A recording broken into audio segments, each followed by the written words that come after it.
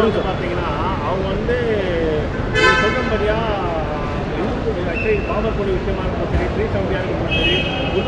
ஆனால் நான் இதுக்கு தெளிவாக விளக்கம் சொல்லிட்டேன். இது கோர்ட்டு கிடையாது ஆர்கியூமெண்ட் பண்ணுறதுக்கு.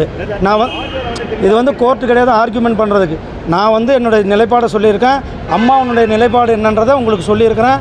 அம்மா அவர்கள் ஆர்டிகல் 370 வந்து ஆதரித்து பேசியிருக்கிறார்கள். அம்மா அவர்கள் அயோத்தியில் ராமர் கோயில் கட்டப்பட வேண்டும் என்று சொல்லியிருக்கிறார்கள். அம்மா அவர்கள் பல ஆலயங்களை புனரமைத்திருக்கிறார்கள் என்பது நாம் அனைவருக்கும் அறிந்தது. இதில் எந்த இதுவும் கிடையாது. 17 சிறுமிகள் வந்து பேசுறான்னு சொல்லிட்டு அதிமுக சார்பாக ஒரு ஜெயக்குமார் வந்து ஒரு ஆடியோ வெளியிட்டிருக்காங்க. அவங்க பேசுனாங்கன்னு சொல்லிட்டு நம்ம கிட்ட ஏன்னா அவங்க வந்து பேசுறது நேற்று கூட நியூஸ் பேப்பர் எவ்வளவோ நியூஸ் ஆடியோக்கள் இருக்கிற ஏங்க இதுக்கெல்லாம் எதுக்குங்க ஆதாரம்? இதுக்கெல்லாம் எதுக்கு ஆதாரம்? அம்மா வந்து பேசுனது சட்ட ராஜ்யசபாவில் குறிப்பில் இருக்குது. போய் எடுத்து பாருங்கள் போங்க. முன்னாள் முதலமைச்சர் அவங்க ஏங்க நான் தான் சொன்னேன் இது கோர்ட்டு கிடையாது தம்பி ஆர்கியூமெண்ட் பண்ணுறதுக்கு. அவங்க ராஜ்யசபாவில் பேசியிருக்காங்க. ராஜ்யசபாவில் ஆவணங்களில் இருக்கிறது, செய்தித்தாள்களில் வந்திருக்கிறது. இதை விட வேறு என்ன ஆதாரங்கள் வேண்டும்? சென்னையில் ஒரு 17 சிறுமிகள் வந்து இந்த பாலியல் அதில் வந்து கடுமையான நடவடிக்கை எடுக்கப்பட வேண்டும். தமிழக அரசாங்கம் உண்மையான குற்றவாளிகள் யாராவது இருந்தாலும் அவர்கள் மேலே தீவிரமான நடவடிக்கை எடுத்து தமிழக அரசாங்கம் மெத்தன போக்கோடு இல்லாமல் அவர்களை கைது செய்ய வேண்டும் என்பதுதான் என்னுடைய. தமிழக அரசு இப்போ இருக்கக்கூடிய சட்டம் ஒழுங்கு எப்படி பார்க்குறீங்க? சட்டம் ஒழுங்கு இருக்கிற மாதிரி எனக்கு தெரியலையே. இங்கே வந்து தமிழ்நாடு அரசாங்கம் ஒன்று இருக்கிறதாகவே தெரியல. நான் ஒரு சின்ன உதாரணம் சொல்கிறேன். ஒரு போக்குவரத்துறை ஊழியருக்கும் ஒரு காவலருக்கும் பிரச்சனை.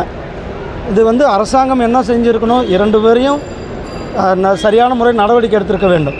அதை விட்டுட்டு கட்ட பஞ்சாயத்து ஒரு அரசாங்க அதிகாரிகள் 2 துறைகளுடைய செயலாளர்கள் ஒரு கட்ட பஞ்சாயத்து பண்ணி நான் சமாதானமாக போகிறது என்னது இது? அரசாங்கம் எந்த அளவுக்கு இன்றைக்கு முதலமைச்சர் செயல்படாத முதலமைச்சராக இருப்பதெல்லாம் இது ஒரு உதாரணம்.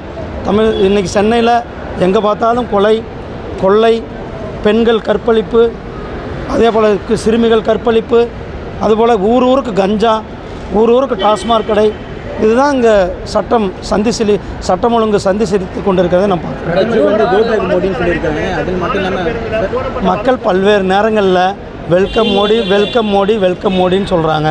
தமிழ்நாட்டில் பிரதமருக்கு ஒரு மிகப்பெரிய அபரீதமான ஆதரவு இருந்து கொண்டிருக்கிறது. மக்கள் எப்பொழுதுமே பிரதமர் மேலே ஒரு பெரிய தனிப்பட்ட முறையில் அவர்கள் ஆதரவு கொடுத்து கொண்டிருக்கிறார், அன்பை கொடுத்து கொண்டிருக்கிறார்கள். மரியாதை இல்லாமல் அவங்க ஈவன் சொல்கிறாங்களே பிரதமரை, அது இதுதான் அங்கே ஒரு